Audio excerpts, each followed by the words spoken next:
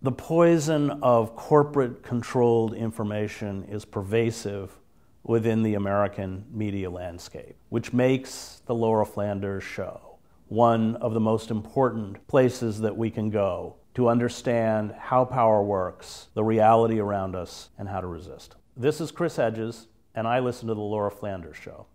Go to patreon.com/The LF Show and become a member. Hi, I'm Laura, and this is the Laura Flanders Show, a TV and radio program that shines a light on the solutions of tomorrow today. We report on the people and movements driving systemic change from the worlds of politics, arts, and entrepreneurship. Welcome. 2020 was in lots of ways an unimagined year, but one, ironically, that underscored the importance of, you guessed it, imagination. We had to find creative solutions, creative ways to connect, and creative ways to move people to care about one another. Now, no one does this work of creative imagining and solutions finding better than artists. So today, we've gathered 3 activist artists from around the United States to talk about how they are using their art to transform a society in urgent need of a course correction. With me, hip-hop artist Shutescat Martinez, interdisciplinary artist and social justice activist Fabiano Rodriguez, and activist poet Aja Monet, who is also the artistic creative director of the Voices campaign at V-Day. Welcome, everybody. Welcome to the show. It's wild to think about. It's been a year since this pandemic kind of began, but to the end of 2019, I was sitting on a project on an album that I created with another incredible artist from South Central LA named True. And we were getting ready to begin the rollout. I had a headline show booked in New York City. We were looking at booking spaces for the album release party in the Bay Area. And so my mind was very much towards 2020 being a year where my creativity and my art combined with the organizing work that I do, as far as the messaging and the stories being told within the music to really take center stage in my focus. I was excited to tour. I was excited to play shows. I was excited to book festivals and to release this music.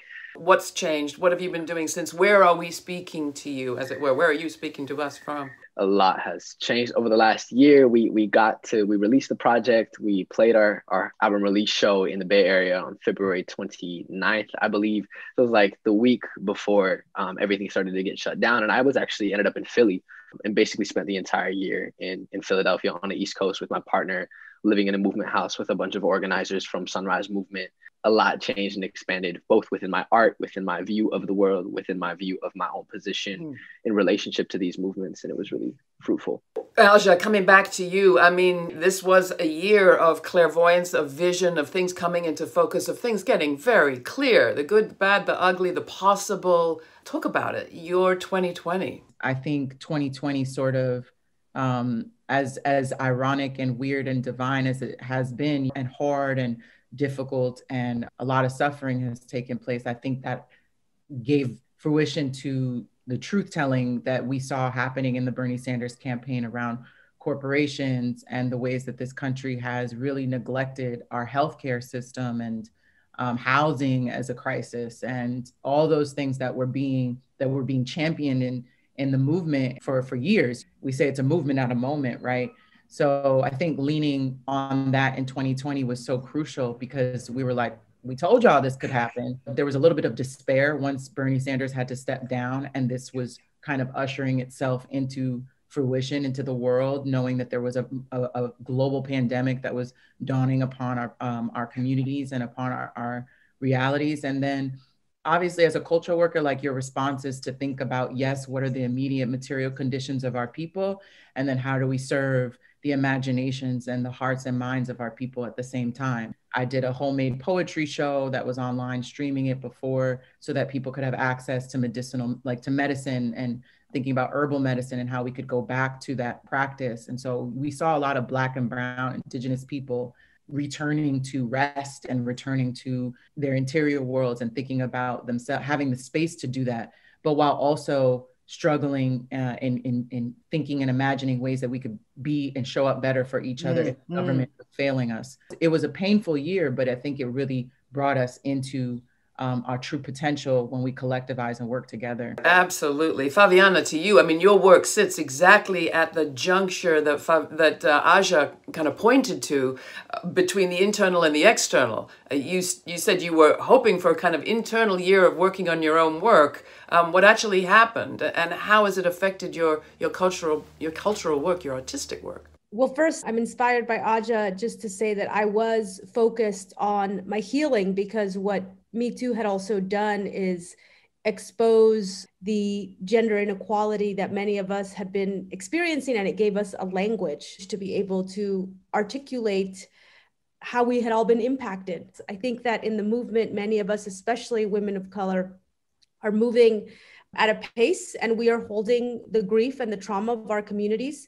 And it's important to move through that in order to heal from the cycles of trauma. And that just requires rest and it requires recovery. But when the pandemic hit, I live in an immigrant community in East Oakland, and my community immediately became one of the hardest hit, largely because there's so many essential workers here. To me, what the pandemic revealed and what it offered to us as cultural workers is that really for the first time in our human history, you saw the collapse of the old systems. And you also saw what they revealed, which is that capitalism is killing us.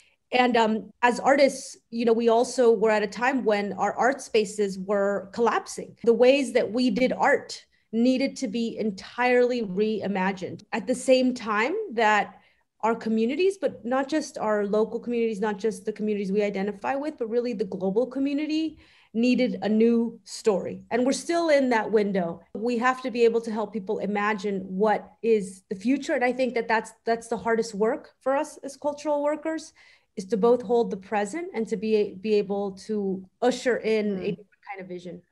Scott, I want to come to you on that. We're going to play a clip of your work, and it, to me, grapples a lot with the past, present, future, the relationship of yourself to your history. You talk about trauma as deep as the love. You talk about everything changes, everything dies, being a product of history yourself, but claiming your existence right here, right now. Reach out and take my hand, open up your eyes, I'm gonna show you who I am. Escucha mi amor, tengo mucho que contar. Medio complicado, mi pasado tan real. Una historia de amor, quién sabe qué será, qué será. Espejo del cielo me lo dieron sin pensar. Como mis ancestros, elders read it in the stars, yeah. Boy to a man, I'm the product of a border in the sand, yes. I've been awake, I'm sick of the cold. I'm acting okay when I'm really afraid. Don't want them to know, yeah. I'm here to try to get by. How we gon' live right? We didn't come here for free. No, we didn't come here for free. You are a longtime activist, going back, I think, to the age of 6. You're now just entering your 20s. It seems to me you could have been a journalist, you could have been a teacher, you are all of those things in a sense. Why do you choose the medium that you choose? And what do you mean when, Fabiana talks about mark making, you call yourself a code switcher? As a young person beginning to understand and step into the world of hip hop as a very vibrant culture, it was really beautiful for me to look at other artists who were using this platform to speak about revolution, to speak about class struggle, and to speak about how, just to give a voice to our people and to our communities. And really, I had the privilege as a young kid growing up, in Boulder, Colorado, which was a very white community, to sit with OGs in my community and kind of some of the just local carriers of knowledge in the hip hop culture and in the hip hop world. It's really listen and understand in the history of hip hop culture and where it comes from and why it has continued to be a relevant force in the world. It is one of the most powerful cultural elements, I think, in reaching and connecting the world.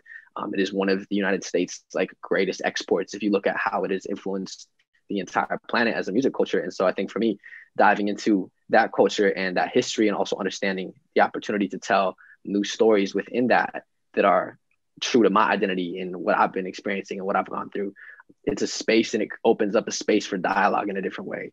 Art in itself, I think, can be either for a capital gain or for revolution. And I think it's important to acknowledge how significant it is in pushing the envelope culturally on the conversations we have and how we view these different issues. Fabiana, you talk about artists sort of marshaling their superpowers to help people imagine and create. Think through that a little bit for people who are watching who maybe think of art as art on the wall or a movie they go to when they could go to movies. How does art do that work that you and everybody on this panel is talking about?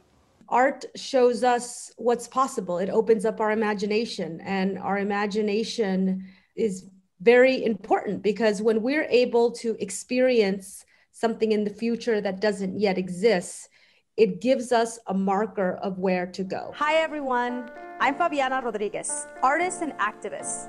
And today I'm going to show you how to create your own social justice poster. We are in an unprecedented time in our human history, and the role of artists has never been more important. Artists help us see the light in times of crisis, and they help us imagine a better future. Let's get started. A social justice poster is about communicating and showing your values. What do you care about? Freedom, racial justice, gender justice, the environment?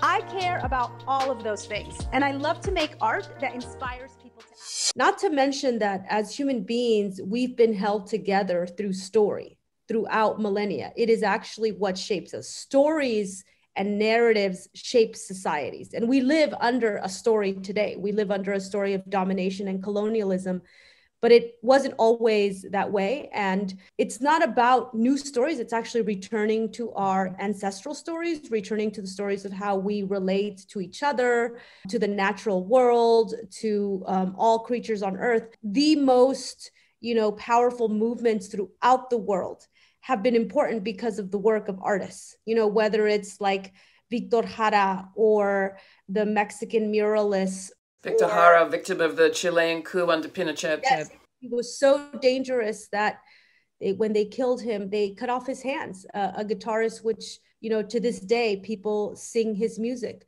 The thing about also our work is that it transcends time and it lives beyond us. And it is truly a way for us to inspire and help people feel. In the colonial mindset, it's all about our mind. But in reality, as human beings, it's about what we feel in our bodies, the experiences, right?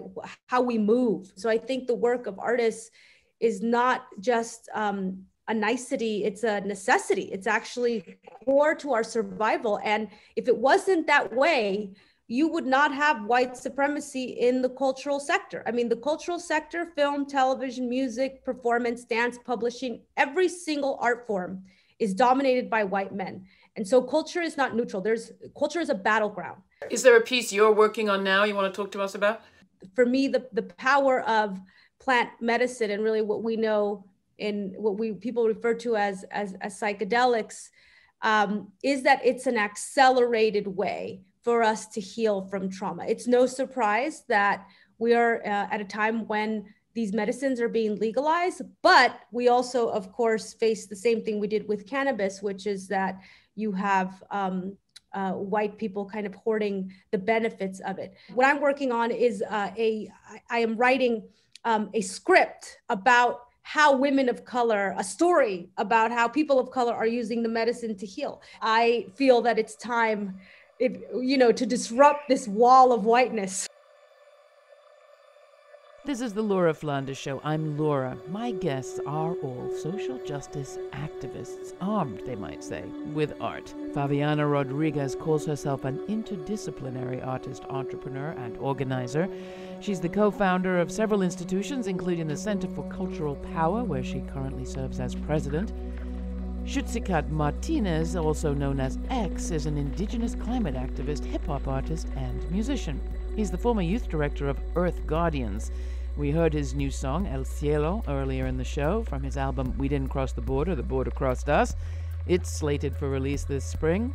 Finally, Aja Monet, revolutionary poet and V-Day artistic creative director of the Voices campaign, will tell us more about that in just a bit. But first, here she is on this show a couple of years back, reading her poem, Revolution, from her then just released book, My Mother Was a Freedom Fighter. You can check out that episode can hear more of her readings and my interview with her about that book in our archives at lauraflanders.org. That's also where you can watch this episode and see all these lovely artists in action. And while you're there, you can sign up for our newsletter to get information on all our web exclusives, including my commentaries. The latest is, instead of tanks and tasers, can't we arm our cities with military-grade healthcare instead? Here's Revolution by Aja Monet from her book, My Mother Was a Freedom Fighter. In 2012, scientists claim they found the God particle, this question, this troubling missing factor of our weight, our hold, our value they claim, and yet we have no evidence except the collision of values. Most of what we know and how we see ourselves is determined by 5 Western countries, 5 of which determine value by how well they kill others. And we out here screaming Black Lives Matter, as in exists, or takes up space, as in atoms, molecules, as in mass. Ain't there some funny irony there? I'm starting to believe that this is all we value, is each other's death more than life. And if life's so valuable, how come? How so? It's not lost on me that death is part of life. Some die so others live, but who is doing all the dying exactly at the expense of all this living? And are you really being? Aja, as I understand it, you are creating a new piece to replace the vaginalogues in the V-Day movement, and you're also looking for submissions. Can you talk about that? So Voices is a new interdisciplinary performance arts project and campaign that's grounded in Black women's stories, which is by V-Day. And V-Day is an organization that started after the Vagina Monologues over 20 years ago.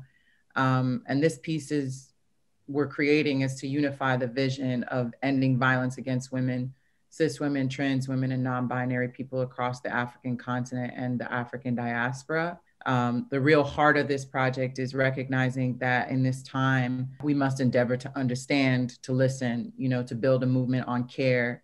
Is a movement whose time has come. The project is called Voices, so we're shifting our focus from our vaginas to our voices as women, and thinking about that as a political decision in solidarity with people who identify as women across the globe, and to connect, to make sure that women in the West, who are often being heard a lot more than not, right, are listening to women in on the continent. There's a huge effort to use this piece to organize, and also to understand that poetry is a divination practice. We're stepping into like the shamanistic understanding of what a story can do, how it can transform, not just in the hearing, but in the telling.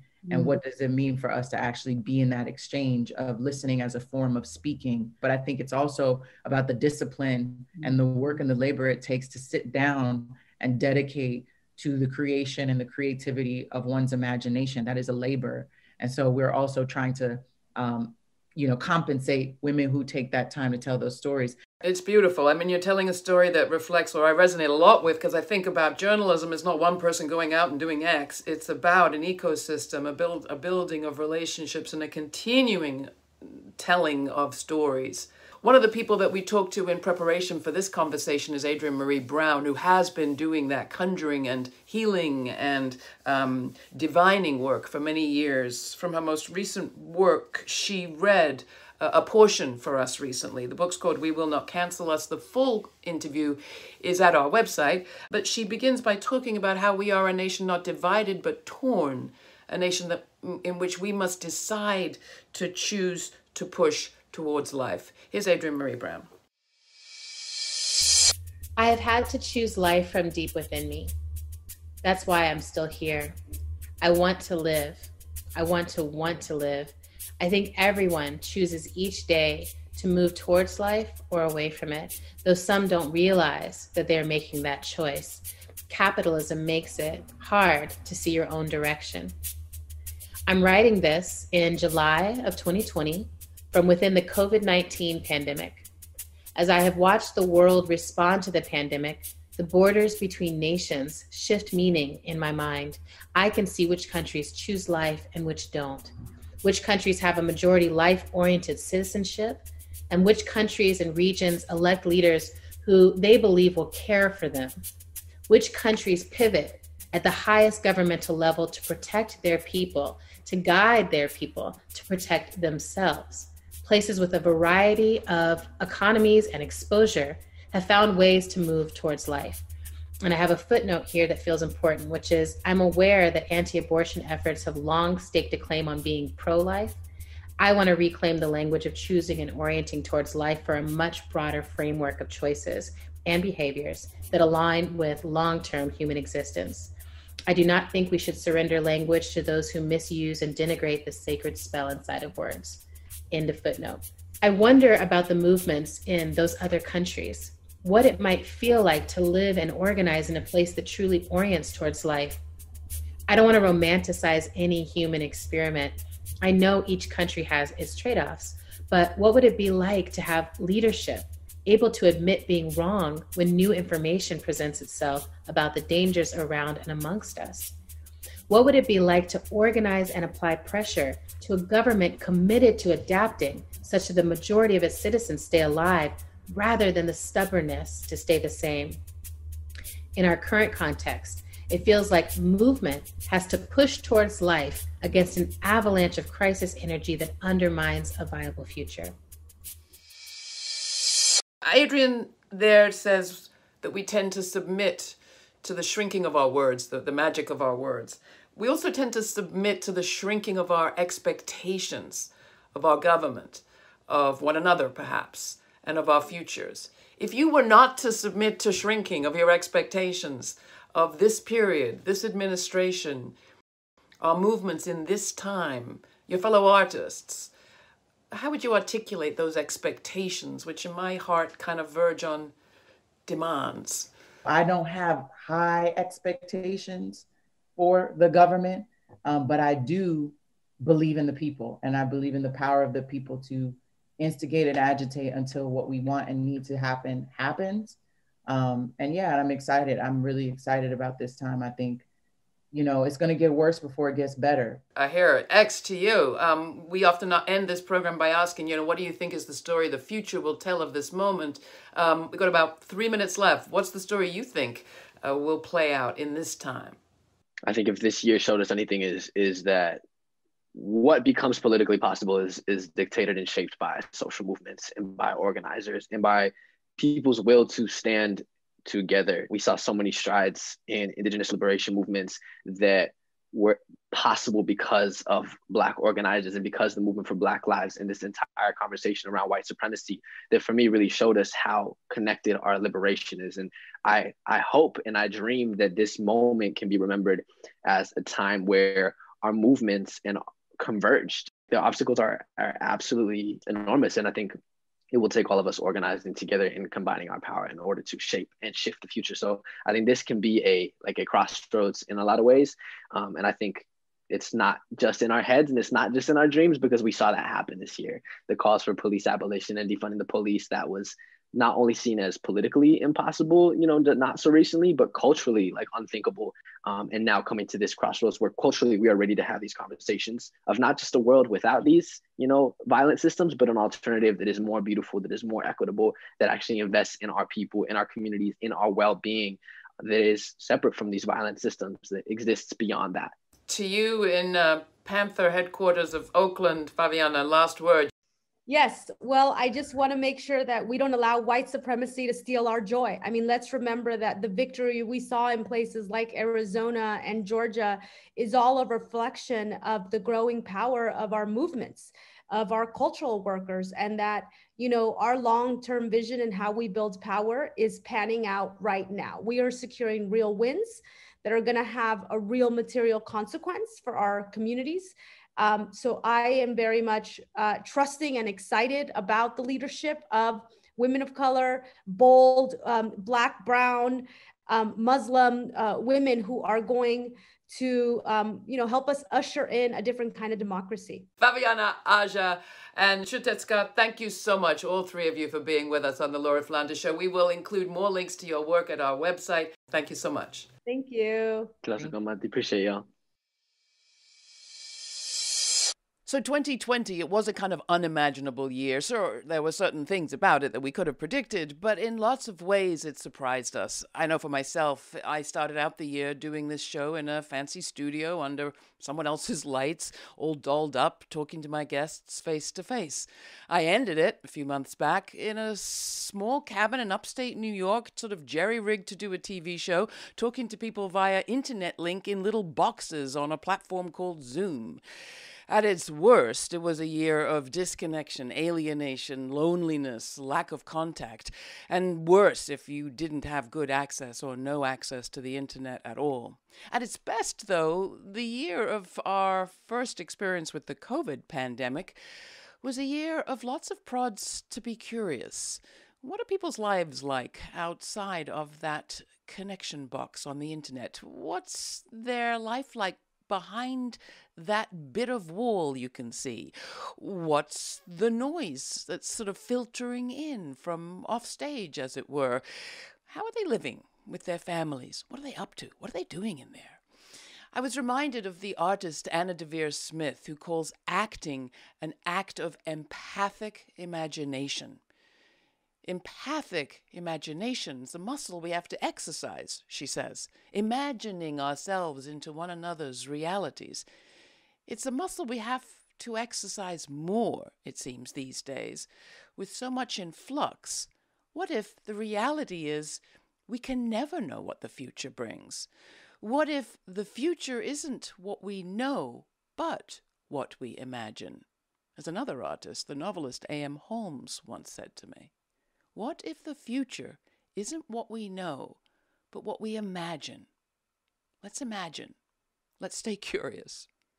Let's thank artists for their help.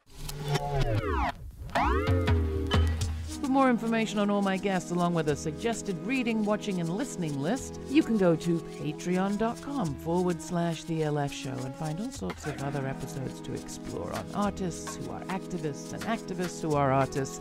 While you're there, take your own artistic action by joining our team. Become a member. We don't take funding from corporations or the government. We are dependent on people like you.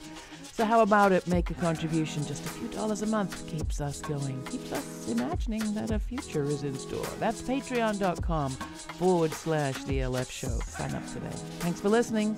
This show is produced by yours truly, Laura Flanders, Matt Colacello, Jeremiah Cothran, Mercedes Gorstiaga, Jeannie Hopper, Nat Needham, David Newman, Rory O'Connor, Charlotte Prager, Ryan Holtz, and Sabrina Artel.